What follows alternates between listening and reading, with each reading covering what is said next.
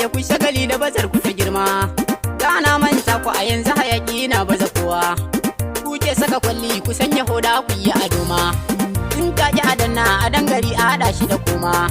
Kyawun amfani waje na noma sai fa da garma.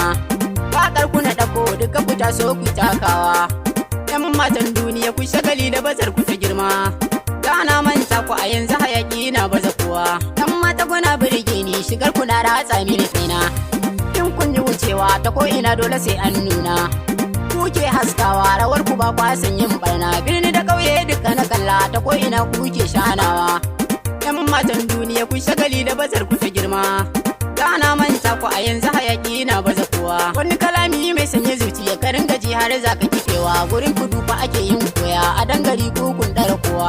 Yan mata kuna yin gada gurin biki sai ya haskawa. Kuna rawar ku da kyawun saiwa a dangari ba kwasan tsawa.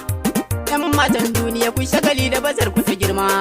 Da na manta ku a yanzu hayaki na baza kowa. Wannan baiwar Allah ce hayaki gani ina wakata. Wata rana na je Kaduna wajen bikin yar autar mata. Anan na rarraba kyawun mata gari gari na mika kafata. Sun yi fitowa duka tare kallon siyasa na baza kowa. Yan matan duniya ku shagali da bazar ku ta girma.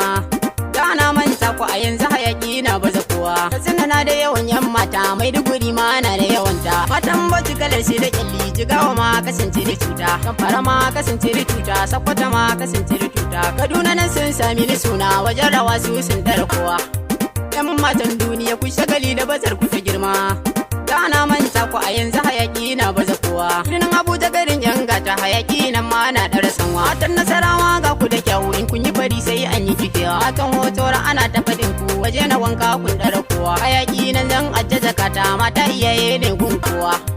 Yan matan duniya ku shagali da bazar ku ta girma. Da na manta ku a yanzu hayaki na baza kowa. Yan matan duniya ku shagali da bazar ku ta girma. Da na manta ku a yanzu hayaki na baza kowa.